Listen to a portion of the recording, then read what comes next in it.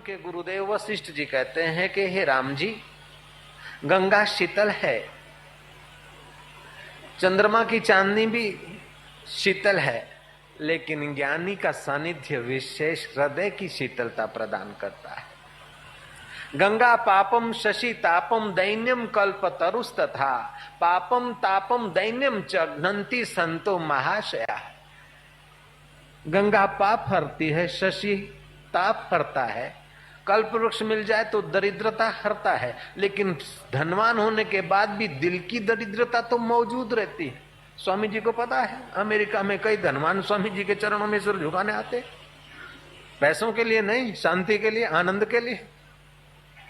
लेकिन महापुरुष मिल जाते तो दिल की दरिद्रता सदा के लिए दूर हो जाती है। दिल की दरिद्रता दो प्रकार की होती है। एक तो मेरे पास ऐसी गाड़ी नहीं, ऐसा मकान नहीं, ऐसी इज्जत नहीं, ऐसा पैसा नहीं, बेटा नहीं, बेटी नहीं, ऐहिक वस्तु के लिए दिल दरिद्र होता है। दूसरा, ऐहिक वस्तु होने पर भी लोग दरिद्र होते हैं। मैं जानता हूं ऐसे कई सफल दरिद्रों को, ऐसे कई सफल दरिद्रों को मैंने परदेश में भी देखा, इस देश में भी देखा।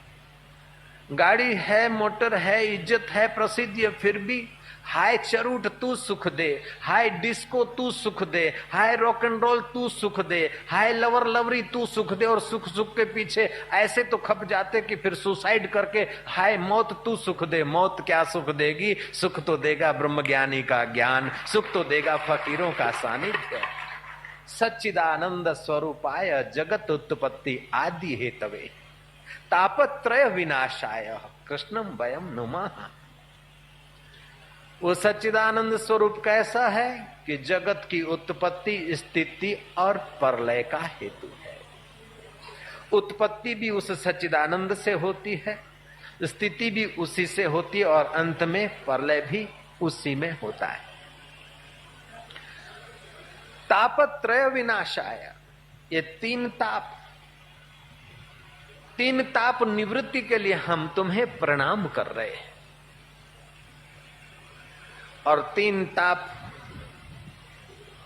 निवृत्त हो गए तो आदमी शहंशाह है।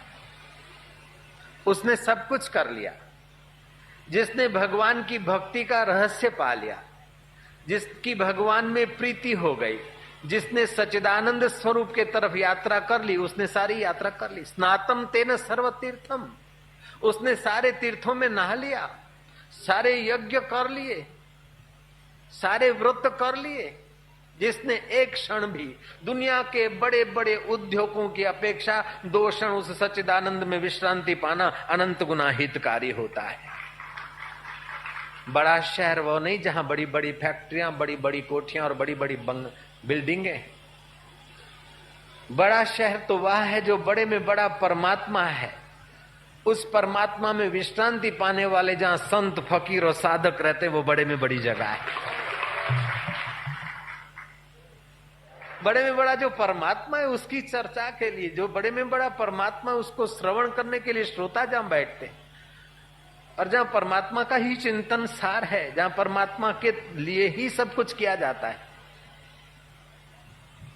ते सभाग्या मनुष्येषु कृतार्था नृप निश्चया स्मरंती सुमार्यंती हरे नाम कलियुगे।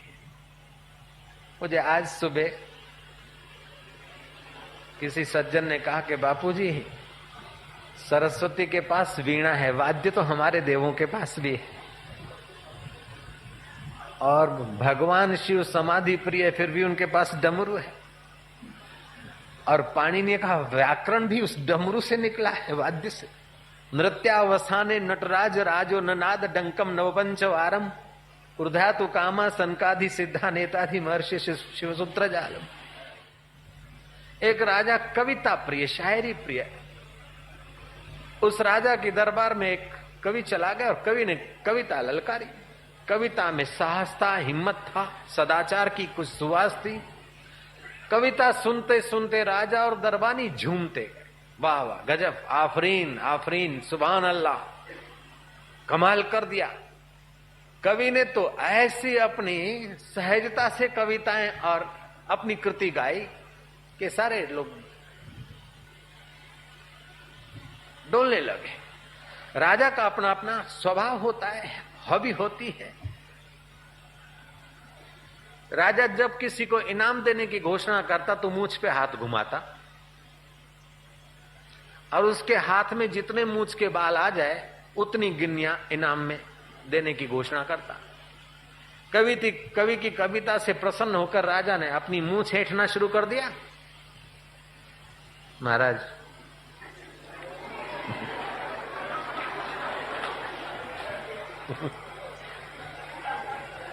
मूंछ हेठते हेठते उसके हाथ में एक बाल आया। राजा कहता कि कवि तेरी कविता तो गजब की, तेरी कविता तो बढ़िया है, लेकिन तेरा भाग्य फूटा हुआ है। केवल एक ही बाल आया मेरे हाथ में, लेकिन कवि ब्रह्मवेता का शिष्य था, निर्भीक था, मान अपमान में सम रहने वाला था और सच्ची बात अमृत भरी सुनाने में भी वो पीछे नहीं हटने वाला था। राजा फिर से कही, राजा कहता कि कवि तेरी कविता तो गजब की थी, कविता तो बहुत बढ़िया थी, कमाल थी, लेकिन तेरा भाग्य फूटा हुआ है। कवि बोलता, राजा मूंछ भी तुम्हारी, हाथ भी तुम्हारा, इसमें मेरे भाग्य को क्यों घसीटते हो? मेरा हाथ लग जाने दो तो मैं बता दूं मेरा भाग्य कैसा है।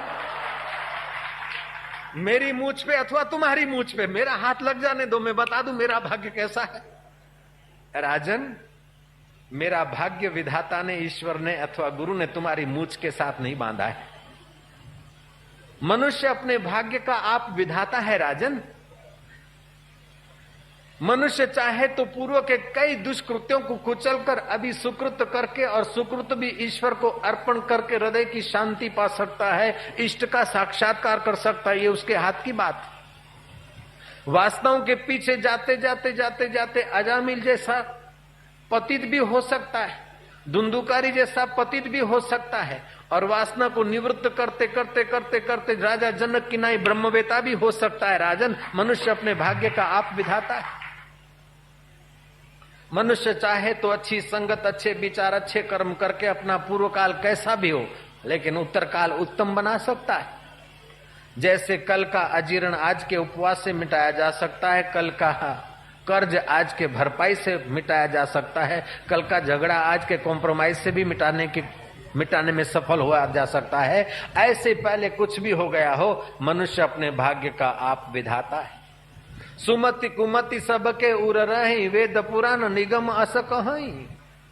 सुमति कुमति के संस्कार सबके पास रहते, लेकिन सुकृत को ऐसा बढ़ा दे कि कुमति को उठने का मौका ही न मिले। सुकृत को ऐसा बढ़ा दे कि दुष्कृत को पनपने का अवसर ही न मिले। ये भी मनुष्य के हाथ की बात है। और दुर्जनों का संग, दुष्ट संग न देहि विधाता। हे विधाता, और चाहे तू जो भी दुख दे दे, लेकिन दुर्जन का संग मत दीजिए। और दुर्जन के संग से बचना भी मनुष्य के हाथ भी की बात है। और दुर्जन के आगे सुकड़ते सुकड़ते दुर्जन को पोषकर अपना सत्यानाश करना भी उसके हाथ की बात है। मालवीय जी ने कहा, गीता अहिंसा सिखाती है, गीता सत्य, धर्म और प्रेम का उपदेश देती है, लेकिन साथ साथ में गीता अधर्म के सामने निर्भीक होकर जूझने का भी आदेश देती है। हिम्मत से, साहस से रहो। जो सज्जन है, भक्त लोग हैं कि आपड़ू शू मर्यू बड़्यू करशे ते भरशे, आपड़े तो राम राम करो, फैबा एम ना चाले। भाई साहब, ऐसे नहीं चलेगा। एक सज्जन सताया जा रहा है तो दूसरा सज्जन देखकर किनारा न करे, दूसरे सज्जन को उस सज्जन के साथ मिल जाना चाहिए। दुर्जन भीतर से खोखले होते हैं, बाहर से रोब मारते, और सज्जन भीतर से मजबूत होते, बाहर से केयरलेस हो जाते। इसीलिए कलयुग का प्रभाव बढ़ जाता है। राजन, मनुष्य अपने भाग्य का आप विधाता है। सज्जनों को आपस में मिलकर रहना चाहिए, एक दूसरे को मदद रूप होना चाहिए, ताकि दुर्जन हावी न हो। गांधी जी कहते थे, जुल्म करना तो पाप है, लेकिन जुल्म सहना दुगना पाप है। तुम जुल्म सहते तो जुल्म करता का हौसला बुलंद हो जाता है। इसलिए तुम हिम्मत करो, साहस करो, और एक दूसरे को सहयोग करके दुर्जनों को उखाड़ फेंको। सच्चिदानंद स्वरूपाय। एक तो दुर्जन बाहर होते, दूसरे अंतःकरण में होते। काम, क्रोध, लोभ, मोह। तुलसीदास ने कहा, काम क्रोध अर लोभ मोह की जब लग मन में खान, तुलसी दोनों एक है क्या मूर्ख और विद्वान। काम क्रोध अर लोभ मोह की जब लग मन में खान, तुलसी दोनों एक है क्या मूर्ख और विद्वान। तो ये हमारे चित्त में अगर हैं तो इनको भी हम उखाड़ फेंके, इसमें भी हमको साहस हिम्मत से काम लेना होगा। तो मनुष्य अपने भाग्य का आप विधाता है। भागवत की कथा ऐसे कई प्रसंग बताती है कि जब जब दुर्वासना आए उसको उखाड़ के फेंकने के लिए क्या क्या किया जाए। अगर नहीं उखड़ती है, दुर्वासना को पूरी करते हैं। सामान्य वासना, दुर्वासना और श्रेष्ठ वासना।